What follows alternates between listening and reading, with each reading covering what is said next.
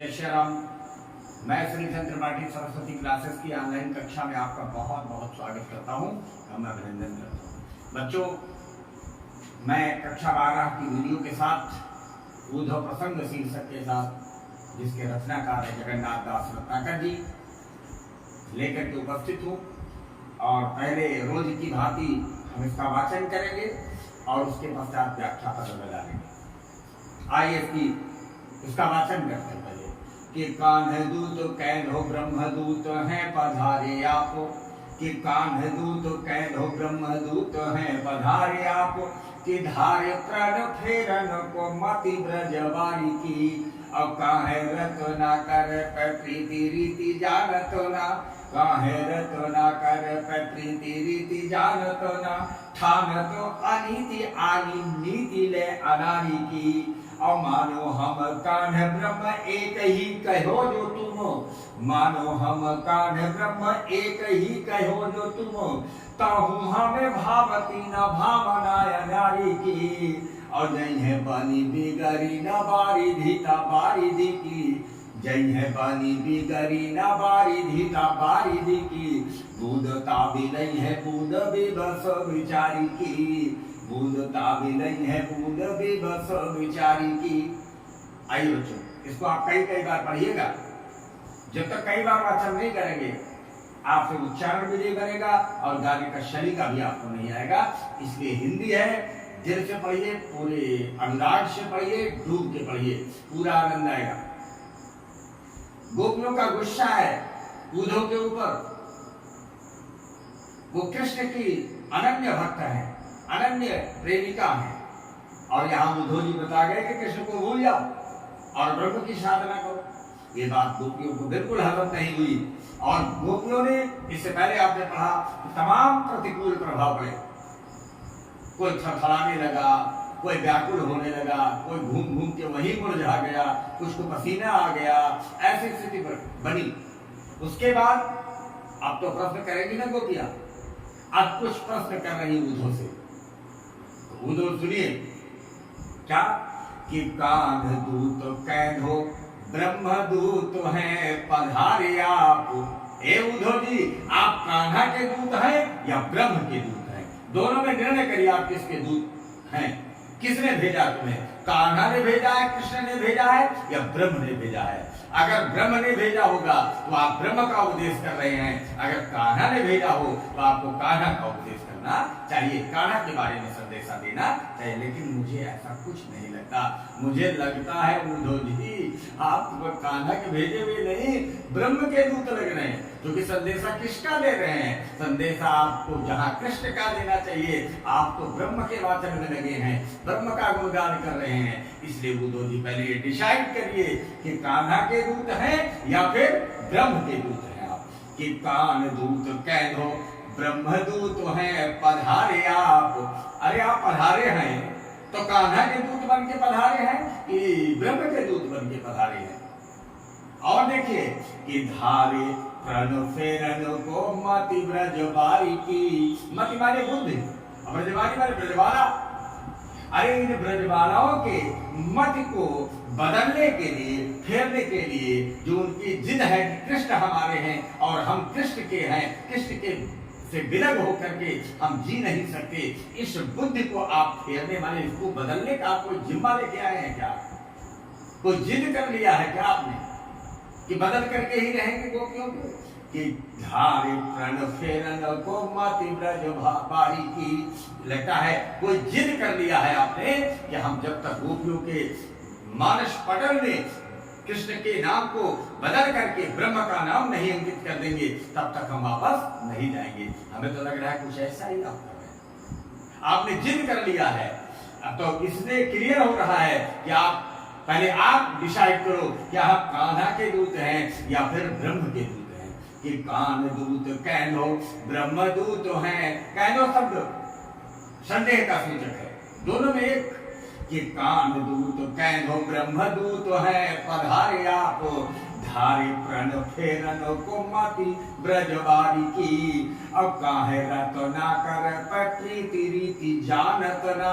हमें तो लगता है कि आप प्रीति की रीति जानते ही नहीं, क्योंकि यदि आप प्रीत की रीति जानते, प्रेम का तरीका जानते, प्रेम की पद्धति जानते, तो शायद ऐसा आप न कहते। काहे रत न कर पै प्रीति रीति जानत ना, और ठान तो अनीति आनी नीति ले अनारी की।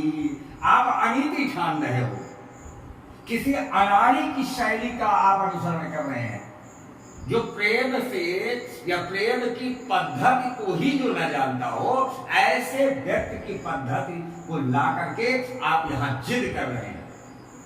धारे प्रण फेरन को मत ब्रजबारी की। आप उद्धव जी प्रीत की रीत जानते ही नहीं, क्योंकि आप अनाड़ी की तरह बातें कर रहे हैं।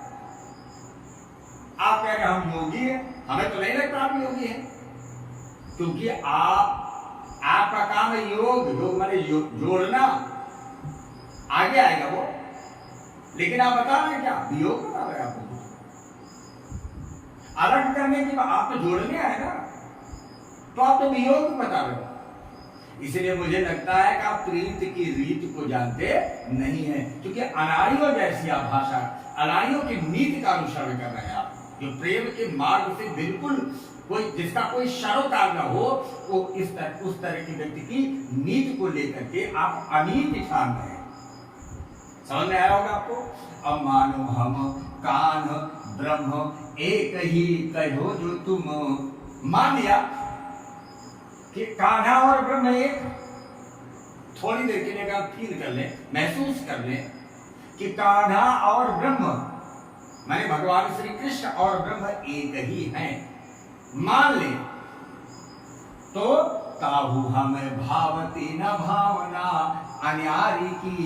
फिर भी उनसे अलग होने वाली जो भावना है ना, वो मुझे प्रिय नहीं है। एक बात बहुत स्पष्ट सुन लो उद्धव जी, हो सकता है कि कान्हा और ब्रह्म एक ही हो, लेकिन फिर भी जान लो मुझे कान्हा चाहिए, ब्रह्म नहीं चाहिए, क्योंकि उनके जीवन में ही हम लोगों के प्राण बसते हैं। भगवान श्री कृष्ण के शरीर में ही मेरा जीवन निहित है, उनके बगैर मेरा कोई अस्तित्व ही नहीं है। इसलिए मुझे ब्रह्म नहीं, कान्हा चाहिए। मुझे उनसे अनाड़ी, उनसे अलग रहना मुझे बिल्कुल प्रिय नहीं है, चाहे वो ब्रह्म हो या कान्हा हो, लेकिन एक ही हो दोनों, फिर भी मुझे कान्हा चाहिए, ब्रह्म नहीं चाहिए। ताहु हमें भावती न भावना नारी की, और जय है पानी भी गरी न बारिधि की, बूंद का भी नहीं है बूंद भी बस बिचारी की। ये शुक्ति कथन है भाई। देखिए, जय है बन बिगड़ी न बारिधिता बारिधि की। बारिधि माने समुद्र, सुनत सेतु बारिधि बंधाना, और 10 मुख बोली उठाय कुलाना। बारिधि बारिधि बारिधि माने समुद्र, याद रखना। और बारिधिता माने विशालता। उस समुद्र की विशालता से कोई प्रभाव नहीं पड़ेगा, बात समझिएगा। उसकी माने बारिधि की बारिधिता बन बिगड़ेगी नहीं, न बनेगी ना बिगड़ेगी। और कोई कारण है, बूंदता बिलई है बूंद बेबस विचारी की।